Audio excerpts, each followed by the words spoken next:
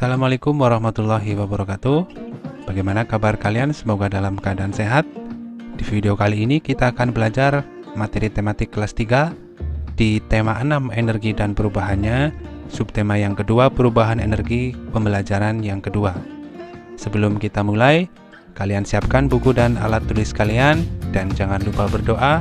Semoga apa yang kita pelajari kali ini bisa menjadi ilmu yang bermanfaat. Anak-anak, energi gerak dibutuhkan saat kita melakukan aktivitas. Energi gerak tubuh berasal dari energi kimia pada makanan. Tubuh yang selalu digerakkan dengan teratur itu akan terjaga kesehatannya. Dan senam irama itu merupakan salah satu contoh gerakan tubuh yang bisa membuat badan kita itu sehat. Senam irama atau disebut juga dengan senam ritmik itu adalah gerakan senam yang dimana dilakukan dengan diiringi musik atau nyanyian dengan irama yang mengikutinya. Biasanya senam ritmik atau senam irama ini diikuti atau diiringi dengan musik yang riang gembira.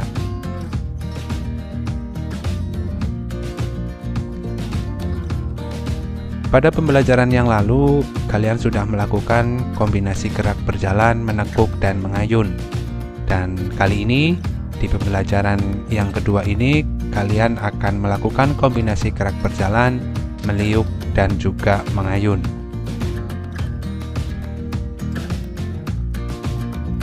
Kalian perhatikan petunjuk cara melakukan gerakan tersebut. Dan sebelum kalian melakukan gerakan atau aktivitas fisik berolahraga, alangkah baiknya kalian melakukan pemanasan terlebih dahulu. Tujuannya adalah untuk mengurangi resiko terjadinya cedera. Lalu, cara melakukan gerakan tersebut itu adalah yang pertama, peganglah bola dengan tangan kanan, kemudian lakukan gerakan berjalan 2 langkah, selanjutnya lakukan gerakan meliukkan badan sambil mengayunkan bola. Kalian juga bisa menyimaknya di buku siswa kalian. Kemudian, setelah selesai latihan, jangan lupa kalian lakukan pendinginan. Setelah itu, kalian dapat melanjutkan kegiatan yang lain.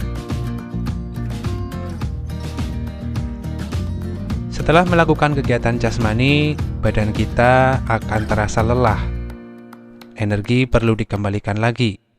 Istirahat sejenak dan minum air putih itu dapat menyegarkan kembali tubuh kita.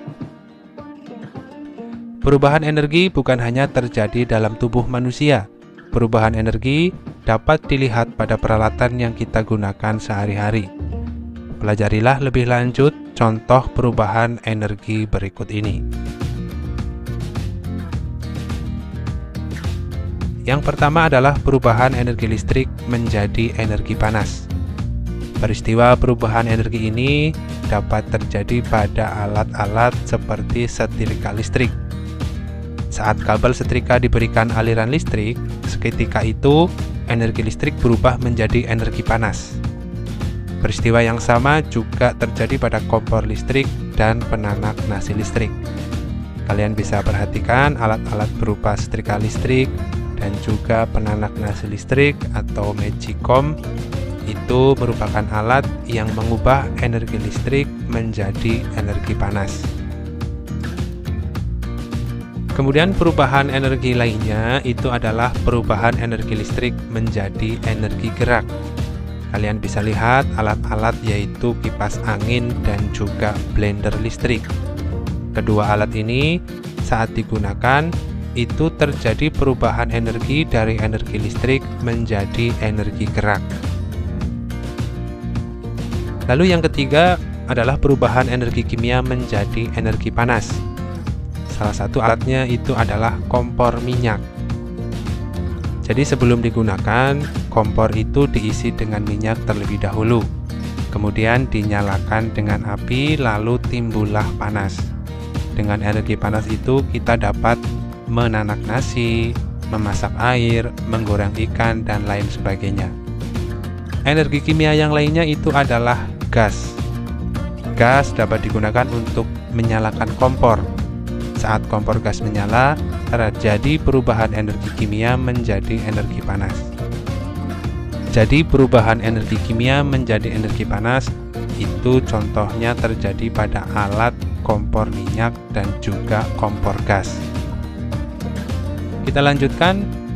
Yang keempat itu adalah perubahan energi gerak menjadi energi bunyi. Contoh perubahan energi gerak menjadi energi bunyi dapat kita lihat saat seorang pemain drum memainkan alat musik drumnya. Ia menggunakan energi geraknya untuk membunyikan drum. Contoh lainnya yaitu saat kentongan dipukul. Energi gerak pemukul kentongan berubah menjadi energi bunyi. Kalian bisa menyebutkan alat-alat yang lain, misalnya alat musik berupa kendang. Alat musik kendang juga menerapkan prinsip perubahan energi gerak menjadi energi bunyi. Saat kendang tersebut dipukul, maka akan terjadi perubahan energi tersebut.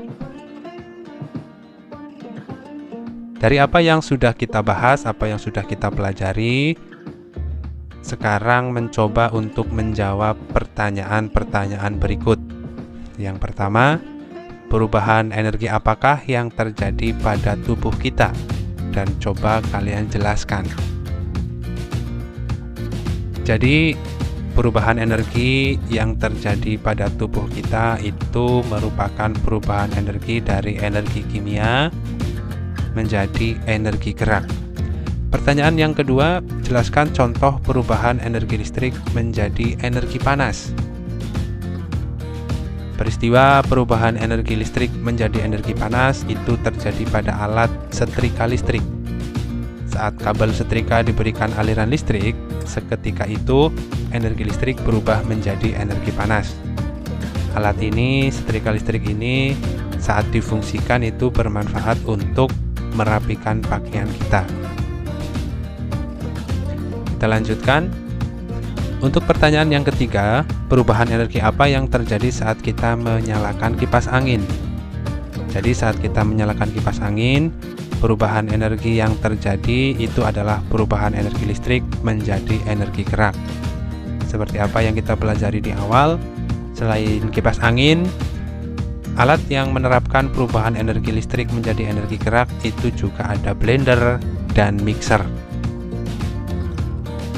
Pertanyaan yang keempat, berikan contoh perubahan energi kimia menjadi energi gerak.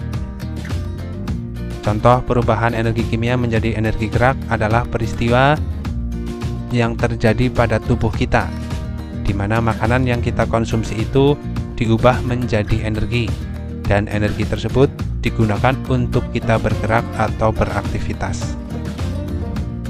Pertanyaan yang kelima, saat temanmu memainkan rebana, perubahan energi apa yang terjadi?